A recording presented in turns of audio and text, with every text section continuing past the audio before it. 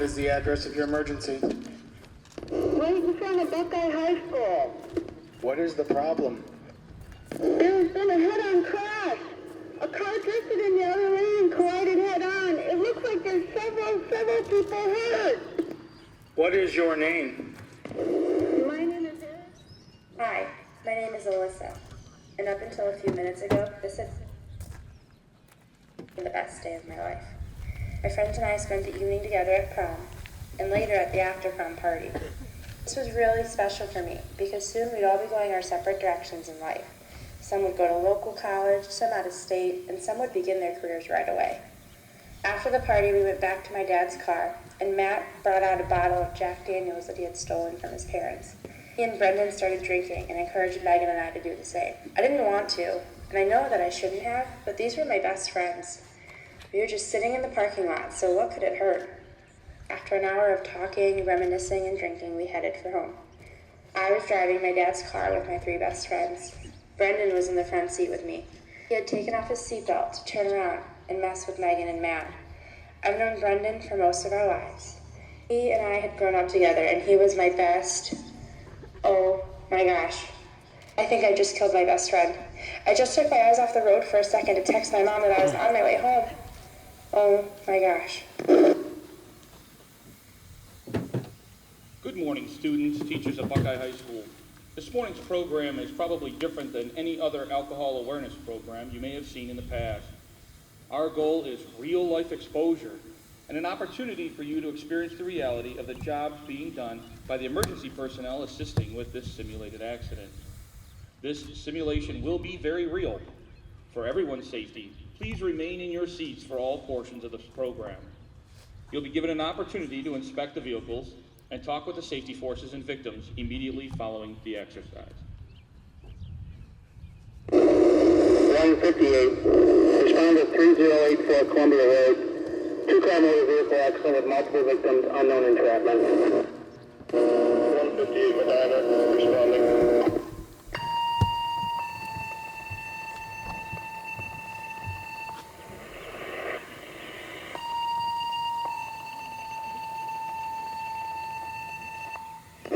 Attention Erhart Fire and Rescue, request for Department 3084 Columbia Road, 3084 Columbia Road for an accident with injuries.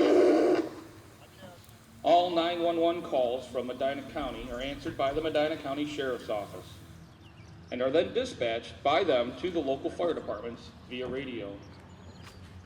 Keep in mind that because they are mostly volunteers in many cases, the fire and rescue personnel, upon receiving the call, must drive from home to the fire station to get their equipment and vehicles and then respond to the crash scene. Depending on the location of the call, the first emergency units may not arrive on the scene for 10 to 15 minutes. Maybe you've heard of the golden hour, referring to the 60 minutes from the time of impact to the arrival in surgery at a trauma-certified facility. This clock keeps ticking regardless of the amount of care administered in the field. After the first hour, the chances of surviving begin to diminish dramatically. Because of time constraints, response times will not be actual for this exercise. What you're about to witness is a motor vehicle crash response by some of the safety forces that help protect the Buckeye Local School District area. As you will see, there has been a head-on collision between a car of after-prom partygoers and another vehicle carrying two adults. There are a total of 6 victims. 4 teenagers in the car from prom, and the 2 adults who were simply on their way home from local restaurants.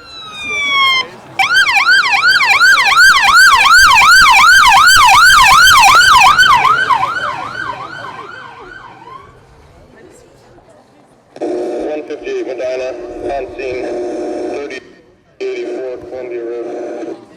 158 Medina.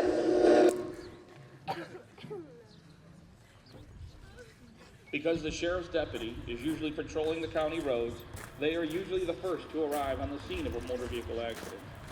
And they immediately take control of the access to the scene and assess the situation. 158 Medina, 6 appear injured and 2 entrapments. Medina County, 56-1. 56-1, go ahead. 56-1,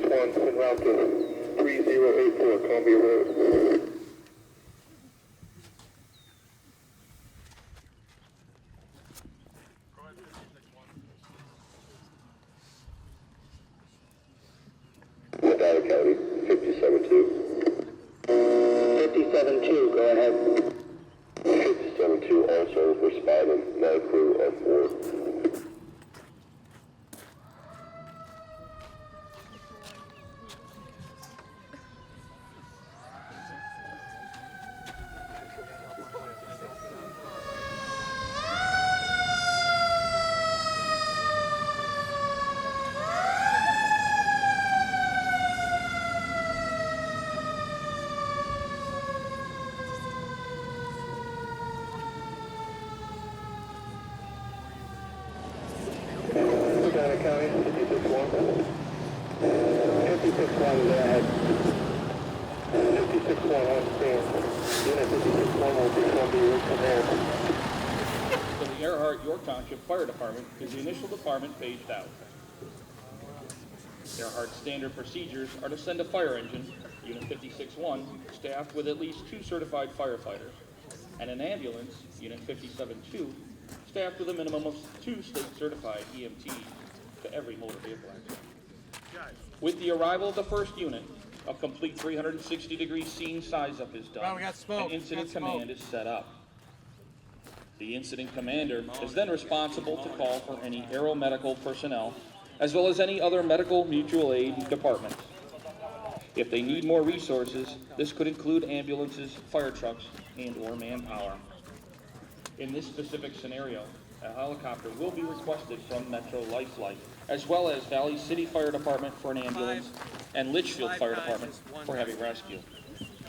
It is also the incident commander's responsibility to be sure that all incoming personnel, as well as those already working on the scene, maintain a safe working environment. In order to do this, the road or roads involved may need to be shut down to ensure everyone gets to go home when the call is done. Medina County, 57-2 on scene. 57-2 on scene. Once the ambulance arrives on scene, it is up to the responding crew to determine the severity of injury.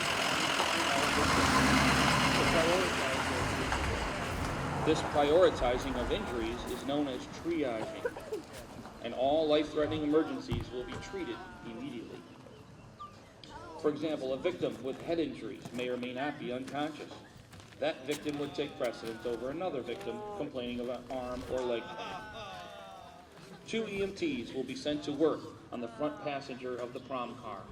This will be designated as car number 1. He is half ejected from the car and not moving. They will quickly be able to determine that this victim is DOA, or dead on arrival. And while it is a tragic event, there is nothing more that can be done for this victim. Resources cannot be tied up in attending to this victim with others in need of treatment. So a sheet will be used to cover the deceased and protect their identity, their privacy, as well as their dignity. The remaining passengers will quickly be assessed for their injuries. At the same time, 2 personnel are checking our first victim. Another 2 are assessing the accident to the other car for injury. This vehicle is designated as car number 2. In this scenario, the passenger in car number 2 has become entrapped by the dashboard, and the use of hydraulic tools must be used to extricate her. Medina County, Columbia Road Command. Columbia Road Command, go ahead. Be advised we have a 2-car MVA, 2 entrapped at this time, and multiple victims. Dispatch Valley City for a 2nd squad on Litchfield for extrication. Copy, Valley City 4th squad on Litchfield for extrication.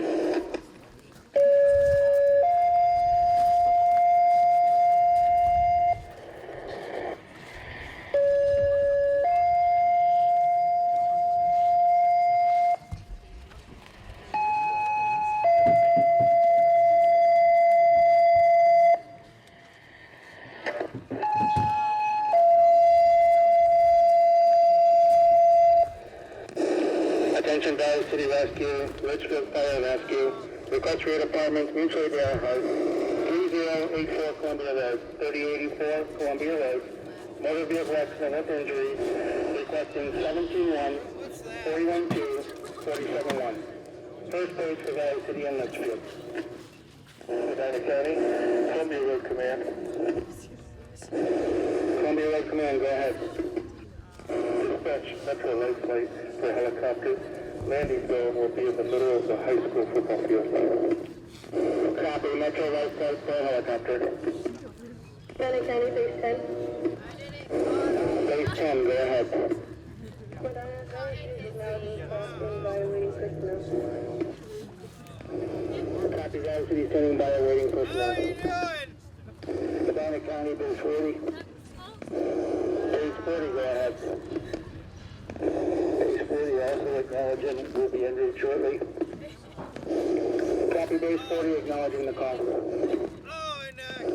Medina County, Columbia Lake Command. Go ahead, Medina. Metro Life Flight ETA approximately 10 to 15 minutes. That's clear, Medina. Medina County, 17-1. Go ahead, 17-1. Medina County, 17-1, responding to Columbia Road. 17-1 responding. Medina County, 41-2. 41-2, go ahead. County 41-2 and 47-1, both en route. Copy 41-2 and 47-1 responding. Is he okay?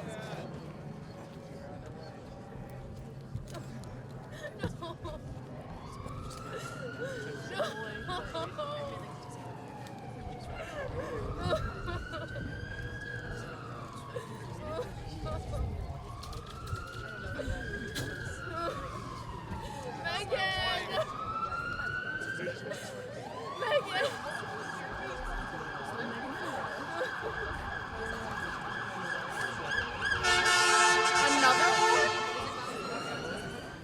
Medina County, 17-1. 17-1, go ahead. 17-1 on location. Copy 17-1's on scene. Valley City will be in charge of caring for the two teenagers in the back seat of car number 1. Both passengers were wearing their seatbelts and have sustained minor injuries, including a possible broken arm, possible broken leg, and minor back. City trauma victims developed over the same across the board. Both teams will be placed on a back door and cervical swing pads placed around their necks as a precaution if they're complaining of minor back and neck pain. Because they're minors, we must err on the side of caution and keep them immobilized to prevent any further injuries. Possible broken bones will be splinted in the neutral position to reduce further injuries and pain. IVs may be started for fluid replacement, as well as a route to give medications if needed. Both teams with minor injuries will be transported to Medina Hospital. Stable patients will be reevaluated every 10 minutes. Medina County, 41-2. 41-2, go ahead. Medina County, 41-2 and 47-1 on location. Reporting to Command Center. Copy 41-2, 47-1's on scene. Once on scene, Litchfield will be handling the extrication of the two adult passengers in car number 2.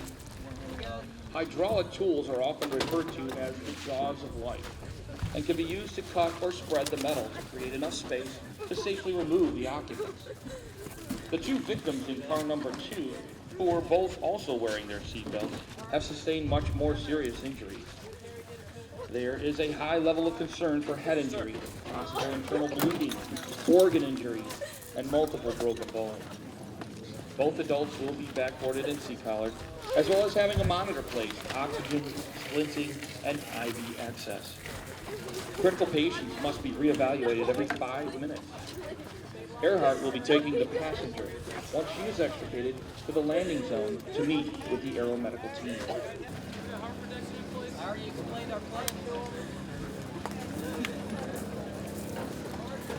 The driver of the prom car was wearing her seatbelt and only sustained a few superficial injuries. Basically, a few cuts, scratches, and minor bruising.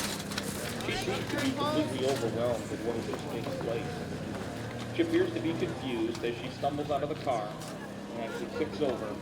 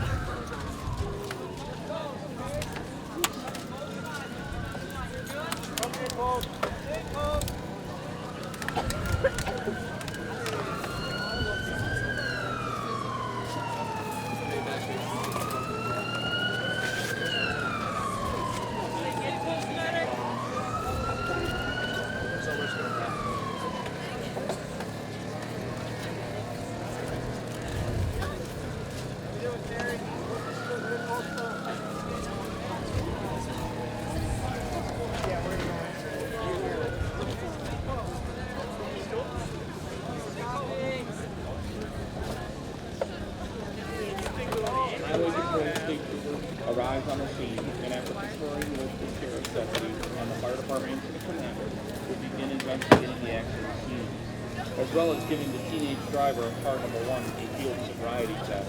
If the driver fails the sobriety test, he will be placed under arrest, handcuffed, and placed in the back seat of the patrol cruiser to be taken off to jail.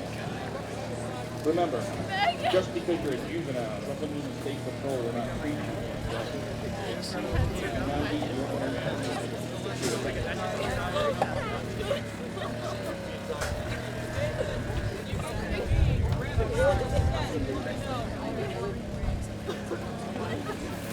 Erhart Unit 54-1 is arriving, and with the assistance of the sheriff's deputy, will set up a landing zone for the arrival of the helicopter. Just a little. Are you hurt anything? I see you got a little blood right. That's about it. No. All right, this is what I'm gonna do. I'm gonna do a couple of somebody. Once the helicopter is in sight, the landing zone coordinator will be talking to them through their radio. As they begin their approach to the scene, it is the coordinator's job to inform them of any hazards that are in the area, such as wires and trees, soft terrain, rocks, or debris. Not move your head and start taking. The helicopter will stay in constant contact with the ground crew as they circle the scene looking for hazards from above before eventually. If the helicopter will be on the ground for an extended period of time, they may choose to shut the engines off to conserve fuel. The other option is to leave the engines or rotors running and have the patient immediately loaded, which is known as a hot load. Trauma victims have a better chance of survival if they arrive at a definitive care trauma center within 1 hour from the time of their injury. In Northeast Ohio, we have 5 level 1 trauma centers for both cases. Not move. Head not to the side. All right, got that? Yeah. Let's go. You take 9 heel toe steps. Look at me. You're gonna count 1, 2, 3. You're gonna do your third step. My third step is your ninth step. Count out 1, 2, 3, 4, 9. Turn back. Go back the other way. You understand those instructions? Your head not to the side while you do those instructions. Okay? You may begin. 1, 2, 3, 4, 5, 6, 7. As part of the Highway Patrol's ongoing effort to contribute to a safer Ohio, troopers are continuing their increased focus on impaired driving enforcement, and these efforts are paying dividends. For the 4th year in a row, troopers have removed over 24,000 impaired drivers from Ohio roadways. OVI-related crashes account for 35% of all fatal crashes in Ohio in 2015, a percentage that has remained steady for the past 3 years. There were 15,227 OVI-related crashes in Ohio, killing 395 people and injuring 8,470. Speed was also a contributing factor in 60% of all the OVI-related crashes. Of drivers considered at fault in OVI-related crashes, 54% were in their 20s and 30s. 71% were male. Last year, state troopers arrested 202 impaired drivers in this area alone. The public is encouraged to call pound 677 to report impaired drivers. For you younger folks, that would be hashtag 677 to report impaired drivers, drug activity, and any stranded motorists. Ohio has a zero-tolerance law. That means if you're convicted of underage drinking and driving, there are stiff penalties. In Ohio, a person may not operate a motor vehicle if they are impaired by alcohol and or drugs. The alcohol limit for people under the age of 21 is 0.02%. The maximum penalty just operating a motor vehicle under the influence is 6 months imprisonment with a mandatory 3 days of incarceration, or a $1,000 fine with a minimum of $250, or both. Also, the operator must forfeit their driver's license for 6 months. In addition, a student charged with a DUI may result in their being suspended or expelled from school. If a driver is found guilty of aggravated vehicular homicide, the penalty consists of 2 to 8 years of incarceration. and up to a $7,500 fine, and a mandatory lifetime license suspension. Do not ever drink and drive, and do not ever ride with a driver that has been drinking.